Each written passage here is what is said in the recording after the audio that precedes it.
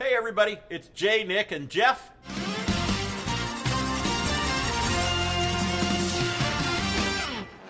We are back from another race on the East Coast. Boom, there you go, bam! Oh!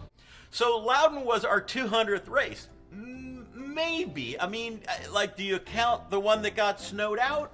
I don't know. There was a 109. Was it 198 before that, or were we at 199? Yeah, because if it was 199, it would be Loudon. But if it was 198, Denver was like 2 hours later, and then that would have been the 200. So, all right, so we just got to figure that out.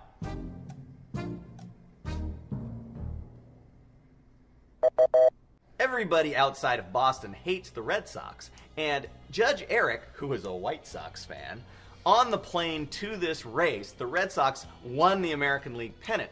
And, of course, the plane was then filled with carousing and shouting Red Sox fans who were singing Sweet Caroline, and he wanted to murder everybody. As a result, at the race, he made all teams from Massachusetts write anti-Red Sox things on their car, including that Joe DiMaggio is the greatest baseball player that ever lived, and that Ted Williams was terrible. We brought back the study hall penalty. That's where you doodle your car on a peachy folder in the style that you would have in study hall back in school.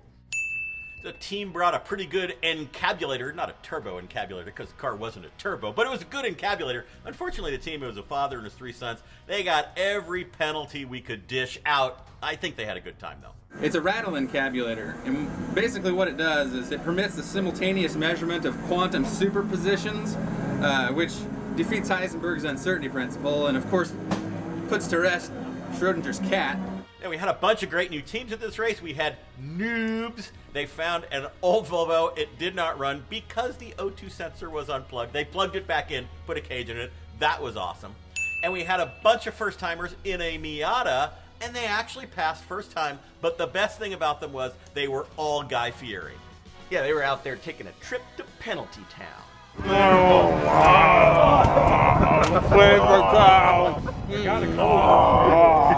Yeah, hella sweet. There was another complete newbie team in a Mazda MX-6, and on Sunday we went over and the car is sitting there parked, and they're all sitting there, oh, what's wrong with the car? Nothing. We're just taking a lunch break.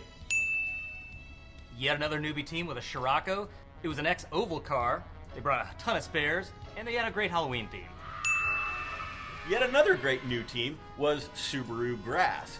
They did not have a lot of success, but they did get on the track and they raced long enough to hella crash and rip the entire rear end of the car off. And then we had the return of this Monte Carlo. This was not a total newbie team, but they were pretty close. This was their second race. They decided that since they had no laps at the last race they tried, they were going to put a hot, cheaty small block into their Monte Carlo. That always works. Yeah, they got 3 laps. It blew up. They went home. Garage Heroes, veteran team. They keep adding cars to their fleet. They had 2 at this race, and they were 0 for 2 in finishing. The V6 Beetle came back, blew up 2 transmissions, also did not finish. Odyssey van. We love that thing. It blew up. They didn't finish. We love 80s digital dashes here at the 24 Hours Lemons. This race we had 2, one in a C4 Corvette, and one in a Nissan 300ZX. You know who else didn't finish? The Camaro guys blew their head gasket. And the Passat, which is a totaled 996 Porsche Roadster with a Passat front-wheel drive drivetrain in the back. They did really well. They were 11th overall, which was incredible, and which also means we need to start giving them penalty laps. Sorry, guys. Tom Lamino, veteran Lemons racer. He raced a Volkswagen Fox for years, and due to reliability problems, got rid of it and got this Volkswagen Golf. Yeah, well, tired of doing engine rebuilds. It blew up, and he said, you know what, I'm done with this. I'm not doing an engine swap on this Golf. Forget it. But because Tom is a nice guy, we found him later swapping a motor for somebody else's team. Overall, this race was pretty close, with Momrath, the Silly Nannies, and the Scooby Doobies all fighting for the lead. At the end, they all went back and forth, and the Scooby Doobies ended up winning after about 25 tries. The heroic fix went to Rusty Tier Racing and their horrible Fiero. Now, they have run 20 races, they claim, on the original engine on this car and not had any problems. Now, my theory is when you go 20 races in a Fiero on the original engine, that's like when you're peeing and it really hurts, and you say, this is going to be fine. I got no problems in my future. But anyway, you know, so they were really hopeful. Well, needless to say, at the end of the day on Saturday, this thing blew up spectacularly. Well, they'd never changed an engine before themselves either. They found a new engine. They put the engine in the car. They put a transmission in the car. The transmission, turns out, didn't shift. Had to take the transmission back out, rebuilt the entire transmission during the event, put it back in, got back out on the track, broke 2 throttle cables in rapid succession, fixed that, got back out on the track, and then their exhaust melted their transponder, so they did not get counted for their final lap. But awesome effort. I Got Screwed went to Team Bent Over in their BMW E36. They were in contention running in the top 10 on Saturday, and they blew up at the very end of the day. Now, if you're going to blow up at a Lemons race, that's the best time to do it, because you got all night before Sunday to fix it. And so they showed up on the grid, 8th place overall on Sunday, and then they lifted the hood, and the cylinder head was sitting on top of the block, not attached at all, and they said, "We give up, we're going home." Our regional award was the most expensive swap meet trophy. It went to the Shake and Bake Subaru. These guys built their own cage. It was so bad they cut it out even before they came to the race. They built another cage and came to the race, and that one failed. We told them to cut it out and fix it right on the spot. Yeah, and they didn't have the equipment to do that, but right as this was happening, the number 80 Forester was in a big wreck and it was totaled. And so the Legacy guys asked the Forester guys if they could buy their cage. Forester guys said, "Sure, knock yourself out."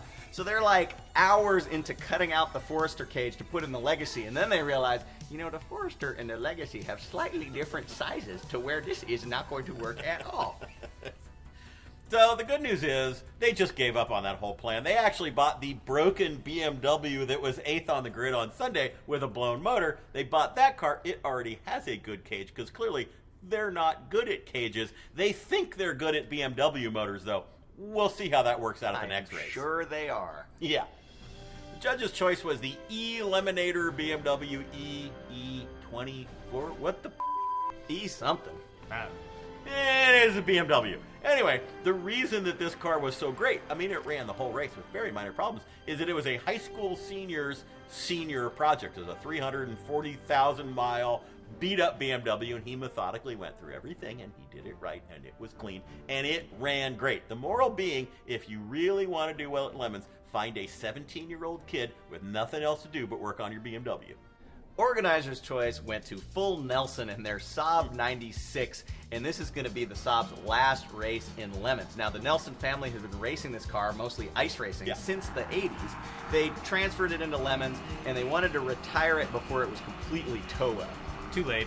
We love this car. It started out with a stock Saab motor. They later put in a Geo Metro 3-cylinder. They later supercharged the Geo motor. They later turbocharged it using Taiwanese parts from eBay.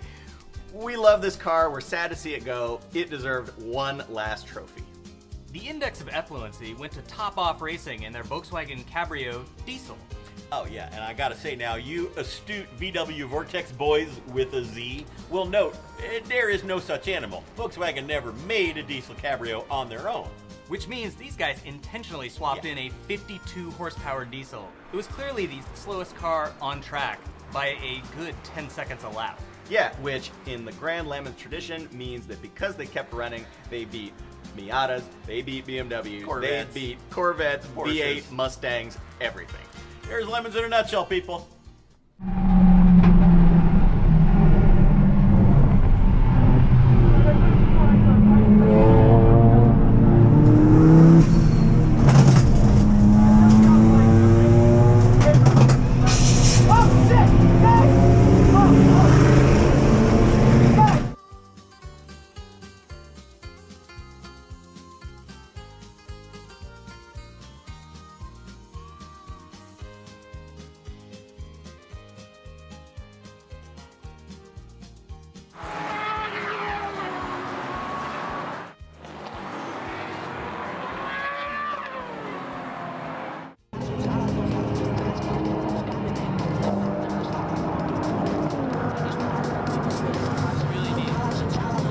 I'm just gonna make you squat forever because it f***ing hurts. Do